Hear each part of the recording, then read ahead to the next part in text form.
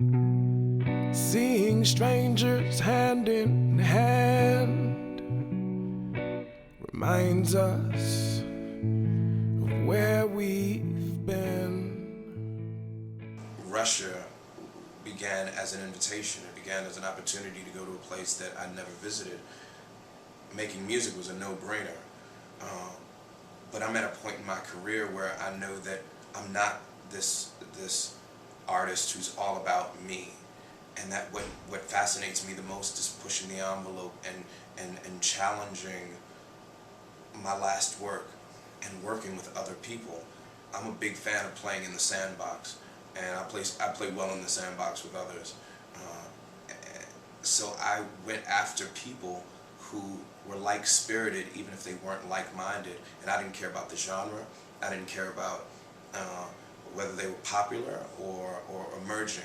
It was all about what moved me, and I had the good fortune of being able to hear some of, or actually all of the music before we ever set foot on Russian soil. So we had a broad outline of the artists that we'd work with.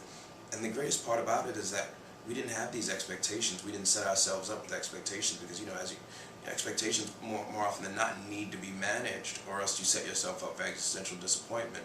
We walked into our studios and our sessions with respect for each other, and with that as the foundation, I think that some great collaborations were able to come out of. Once the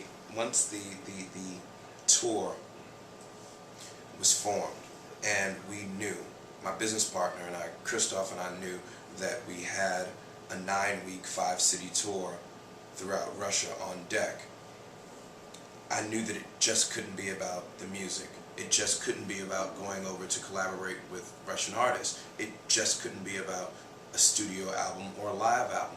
It just couldn't be about our privileged position to be able to engage in philanthropy and to give back to local Russian children. We had to tell this tale sonically as well as visually. And I wanted to document the experience without necessarily knowing that it would ultimately be a movie. Maybe we would do a web series. Maybe we would have a diary of our experience. We didn't necessarily know that this would in fact be a movie, but with a talented director like Peter Ringbaum behind the lens, and his assistant Ian McAlpin following us, basically 18 hours a day with cameras, and then going in and taking turns and editing footage like the old days where you'd look at dailies and they started to slowly but surely carve out this narrative that was taking place as we were living it.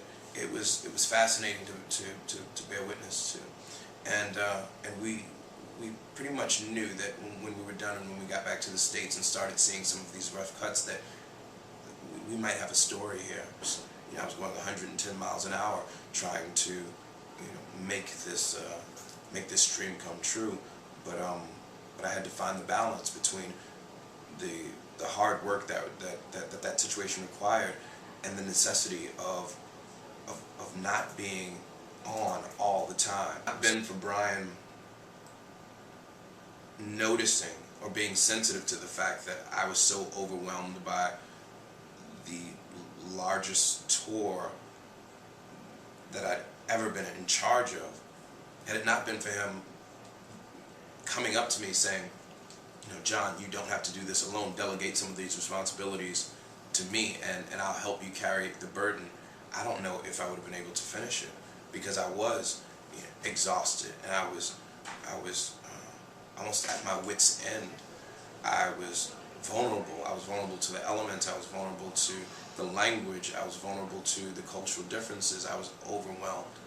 And it's so weird how the universe reveals things, because I'm from New York. I'm from Brooklyn. And I think that made me a natural cynic. So I remember reading newspapers about this artist has just been checked into some hospital for exhaustion, and I'm thinking to myself, yeah, right, exhaustion, schmosh, that doesn't exist, until I really succumbed to it, and that's a real thing, and I had to learn, and that was a life lesson to me. I had to learn how to take time for myself. I had to learn how to rest. I had to learn how to relax. I had to learn how to to strive to do great and big things, but at the same time to pace yourself. And we had no idea if people would show up. We did not know. And there's a part in the film where the promoter bursts into the dressing room and he says, I guarantee you, you know, this is going to happen. And, you know, sure enough, it happened. And it was a testament to hard work. It wasn't a testament to, you know, the machine, or it wasn't a testament to the hyperbole or kitsch. It was a testament to us getting on the ground, immersing ourselves in the culture, and respecting that culture, and having that come back full circle to the point where people responded so positively to it and were so willing to listen. Whether they understood all of my lyrics or not, that didn't even matter. You know, they began to feel what our dream was, and we manifested that, you know, collectively, and word got around, you know, so there was this organic catalytic thing that ignited, and before you know it, you know, we're walking on stage, and people got us, like they got what we set out to do, and that was the greatest rush for that period of time. I want this film to be partly, obviously, I want it to have an entertainment component. I want it to have an educational component to introduce people to a world that they might be unfamiliar with. But I also want it to be an inspirational tool. I want, again, it always reverts back to young people for me, because I care so much about our youth. And I'm not talking about, you know, our black youth versus our yellow youth versus our brown youth. I care about the youth. And I would love for the youth to see this film and to feel more entitled to their planet.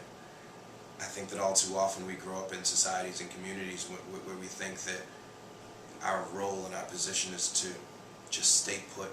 But this is an era of globalization. You know, the world is only getting smaller with advancements in technology.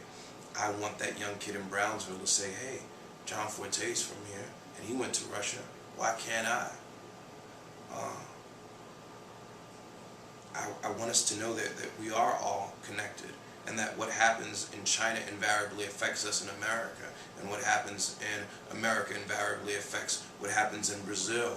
You know, we're all interconnected. And with that knowledge, I think that we might be a lot more conscious of the decisions we make on the macro level as well as the micro level at home.